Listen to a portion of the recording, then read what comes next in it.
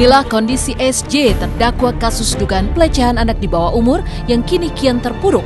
Di balik sidang lanjutan yang digelar di Pengadilan Negeri Jakarta Utara Selasa kemarin, SJ mencurahkan isi hatinya dari balik tahanan pengadilan.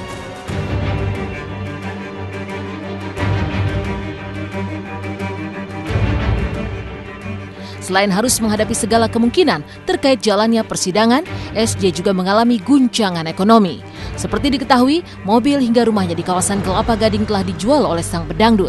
Tapi benarkah jika rumah yang menyimpan banyak kenangan itu dijual SJ bukan semata-mata karena faktor ekonomi?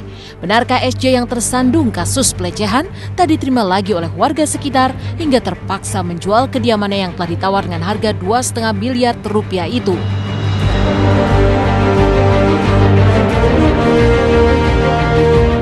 Walau malah nggak ada. Pokoknya yang jelas gini, saya kepengen hidup di ruang lingkup yang bikin nyaman, ruang lingkup yang dimana kanan kiri itu orangnya baik, ya kanan kiri itu orangnya membuat warga itu nyaman, tenang, karena ya saya menganggap bahwa ya sepertinya memang dengan kejadian ini ya banyak terlihat gitu. Ya pokoknya gini, kan saya bilang tadi, saya tuh kepengen hidup di lingkungan yang nyaman, nggak ada orang resenya, ya kalaupun ada orang rese kita sadarin. Jadi saya pengen punya lingkungan yang benar-benar lingkungan yang bersahabat, lingkungan yang baik, lingkungan orang-orang yang punya hati bersih. Rumah semua ini punya Allah. Rumah diri kita semuanya punya Allah. Ya, kan semuanya cuma titipan. Gitu.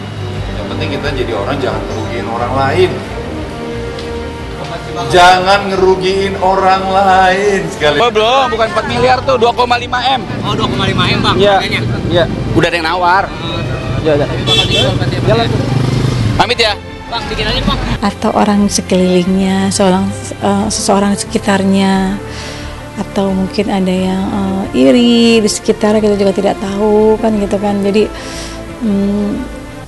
Bang Haji cuma bilang sama saya rasa trauma di situ. Jual bukan berarti klien saya, Saiful Jamil ini karena bangkrut.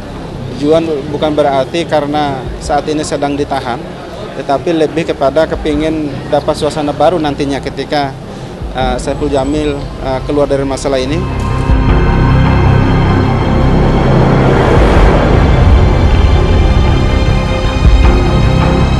Meski proses sidang kasusnya masih bergulir, namun SJ telah menyimpan banyak keinginan jika terbebas kelak. Selain ingin menghabiskan bulan Ramadan di luar penjara, SJ juga ingin berziarah ke makam almarhumah Virginia, istrinya. Benarkah SJ yang selama ini terkungkung kebebasannya ingin kembali beraktivitas dan bernyanyi?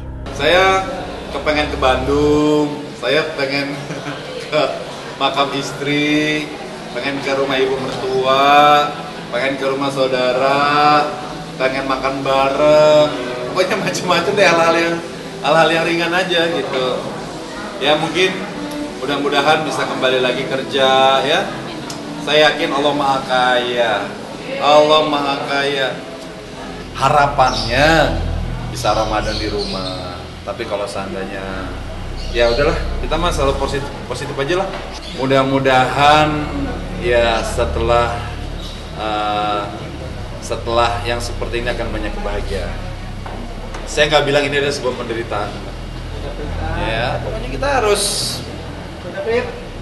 positive thinking lah. Doakan urusan saya ini ya sama dengan sebuah urusan, ya kan. Jadi persoalan itu adalah sebuah urusan. Mudah-mudahan urusan ini selesai dengan baik dan juga hasilnya sesuai dengan apa yang kami harapkan. Ya mudah-mudahan ya bisa secepatnya saya kembali lagi untuk bekerja sebagai seorang penyanyi atau apapun seperti itu.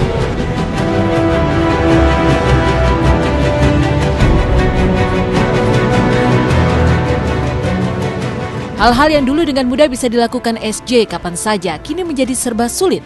Menghabiskan hari-hari di balik tembok penjara, SJ juga tak bisa leluasa menikmati makanan sesuka hatinya, seperti dulu selalu ke restoran ataupun warung makan pinggir jalan.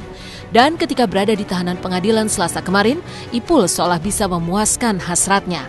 Sang pedangdut terlihat sangat lahap menikmati ayam goreng di dalam tahanan.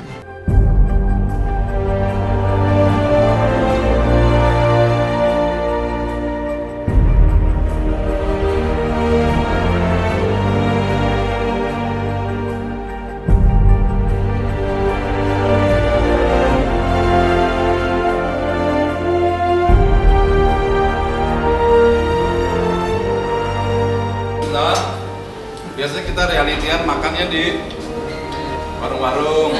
Kali ini kita makan di sini. Ini ayamnya enak banget pemirsa. Ini pertama kali lagi saya makan ayam.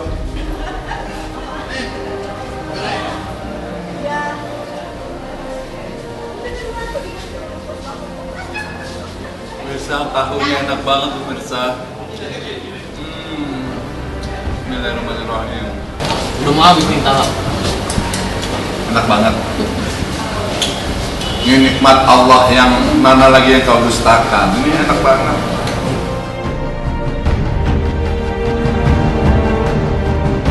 Tak bisa berbuat banyak dengan segala keterbatasan dalam penjara, SJ melampiaskan keluh kesahnya lewat lagu. Beberapa bait lagu yang terus dinyanyikannya seakan begitu mewakilkan apa yang ia rasakan. Lantas benarkah ia akan membuat konser di dalam penjara Cipinang, Jakarta Timur?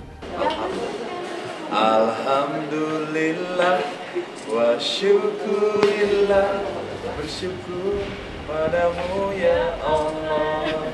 Jembatan menjadi tempat perlindungan dari terik matahari dan hujan. Bang Ibu pasti kembali. Ntar aja lah bahasnya. Yang penting kita keluar dulu, sehat dulu, selesai perkara nih. Ya. Baru. Ujian Allah itu buat kita naik kelas. Anak sekolah aja kan kelas 4 mau naik kelas 5 ujian dulu. SMP mau naik SMA ujian dulu. Jadi saya yakin sahabat saya itu sekarang lagi diuji sama Allah untuk naik tingkat.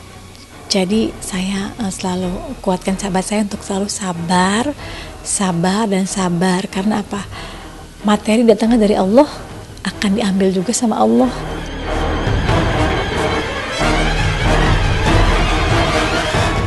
Meninggalkan nasib SJ yang kian terpuruk, inilah curahan hati Oki Setiana Dewi ketika gelarnya sebagai ustadzah diragukan.